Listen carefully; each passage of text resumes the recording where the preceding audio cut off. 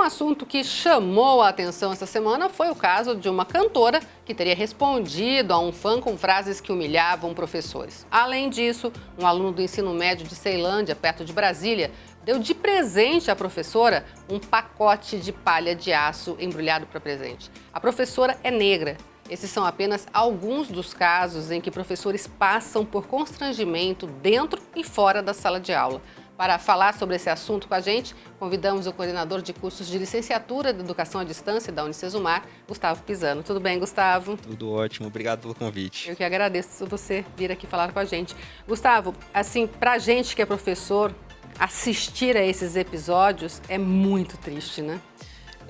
Além de triste, geram uma reflexão e um sentimento de solidariedade com os colegas de profissão e que merecem ganhar espaço e luz para reflexão, para diálogo, para que a informação e discussões importantes sejam iniciadas, para que medidas possam ser tomadas, mudanças, né, projetos de lei, enfim, soluções a médio e longo prazo para casos como esses.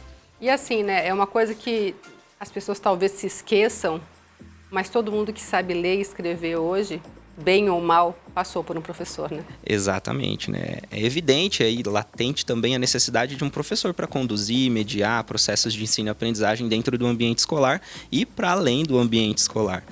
Pensando também que o professor é o profissional responsável por auxiliar nesse processo, acompanhar e garantir que o estudante desenvolva as competências e habilidades que são esperadas a ele naquele momento de formação, no caso da educação infantil, básica e até mesmo superior.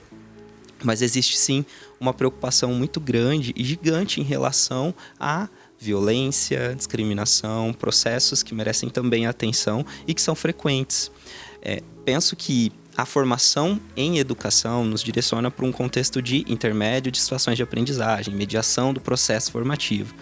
Porém, as pesquisas vêm apontando e os dados estatísticos mostrando que cada vez mais é raro e escasso jovens que busquem pela profissão, que busquem formações específicas, sobretudo pelas incidências de problemáticas como essas que a gente está aqui dialogando. E políticas vêm sendo tomadas nesse sentido para que possa fomentar a formação de novos professores. Um exemplo, a disponibilização de cursos de segunda licenciatura, para que cada vez mais a gente possa suprir essa necessidade. Porque também é gritante e latente a presença de profissionais em sala de aula da educação básica que não tem formação específica de docente de uma licenciatura para estar intermediando e conduzindo processos. Isso também é uma problemática. E assim, a gente sabe que para chegar numa situação como essa que a gente viu aí nesses casos, isso vem de uma necessidade de ser visto em casa, né, lá atrás. Exatamente. Apesar de não ser algo extremamente discutido publicamente, mas deveria, o projeto pedagógico de um colégio, um projeto político-pedagógico, ele faz parte da comunidade como um todo. O projeto pedagógico contempla a participação social e é uma proposta do ambiente escolar, do ambiente de aprendizagem, essa participação dos familiares, da comunidade como um todo, para que esse projeto possa ser executado, para que ele possa ser efetivo na comunidade onde esse espaço escolar está inserido. E também é necessário pensar em uma série de outras pautas, né, que nos consumiriam talvez à noite, dias, anos, para que a gente pudesse discutir a fundo e elucidar, mas de relações sociais que se implicam nesse contexto.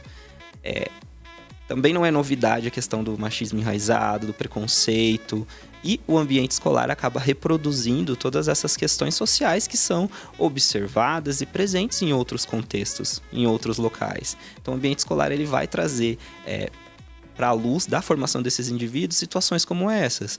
E o professor se encontra numa posição delicada para ter que, para além de intermediar os processos de ensino-aprendizagem, garantir que o estudante desenvolva aquilo que é esperado dessa etapa de educação, ter que contornar situações, ter que lidar com essas problemáticas e ainda, de alguma forma, receber um escrutínio na mídia de como esses casos citados anteriormente. A gente viu na pandemia muitos pais desesperados porque tinham que ensinar os filhos em casa, sentindo essa dificuldade, muitos até de ter que ficar o dia todo com o filho, não ter aquele período de ir à escola. E é interessante se a gente colocar nessa balança que o professor está cuidando muito bem do filho de outra pessoa, mas talvez essa pessoa não tenha ensinado a importância desse professor para a vida dessa criança, desse jovem, desse adolescente. Exato, né? É esperado desse profissional a responsabilidade de uma forma quase que isolada para o desenvolvimento, né, do caráter, também para, digamos assim, para intermédio de aprendizagem e de situações sociais, para preparar esse indivíduo para a vida em sociedade, que é uma das principais funções da escola. E é complexo quando a gente para pensar. Na pandemia, isso veio à luz de uma forma muito intensa, uma participação mais ativa da família com a comunidade escolar para garantir que os processos continuassem sendo executados, evitando um prejuízo, né, de aprendizagem dentro desse contexto. E me recordo também de muitas manchetes, de ler muitas informações a esse respeito, do quanto os pais se sentiam de alguma forma cansados pelas atribuições e pela participação.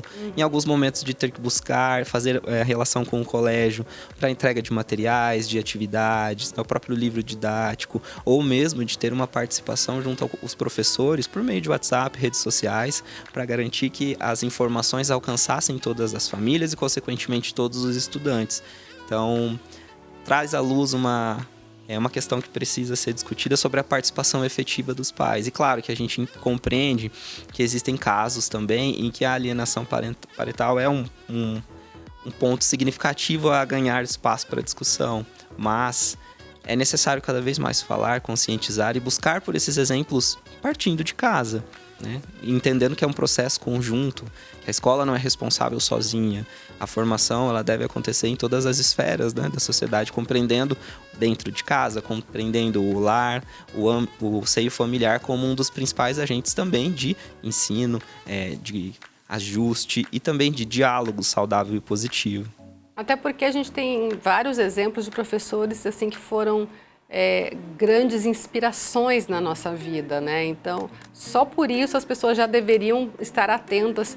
Eu penso que quando leva a criança lá no primeiro dia na pré-escola ou até antes disso, olha, a professora é uma pessoa que tem que ser respeitada, tem que ser, né? Sim. Os pais podem começar a trabalhar isso com a criança, né? Claro, deve ter quem faça isso, mas teria que ser todos, né? É importante, essa fala acho que ganha um espaço importante aí nesse diálogo, sobretudo porque a escola também vai apresentar reflexos daquilo que é observado em casa.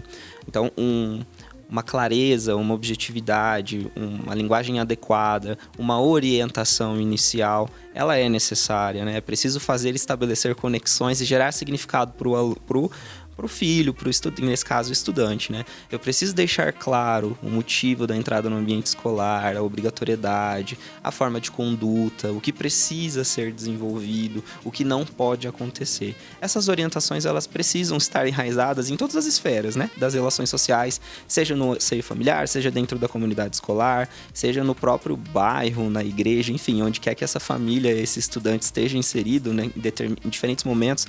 É necessária essa reflexão, é necessário esse diálogo, a geração de significado e o bom exemplo. Por que não partir de uma política e de um olhar positivo sobre as coisas? Eu preciso garantir que meu filho entenda e compreenda o porquê, a forma de se comportar e o que é errado em termos de conduta e também o que é certo, para que ele possa ter uma convivência e uma experiência saudável, né, durante essa fase de educação. Exatamente, porque ninguém merece ser humilhado.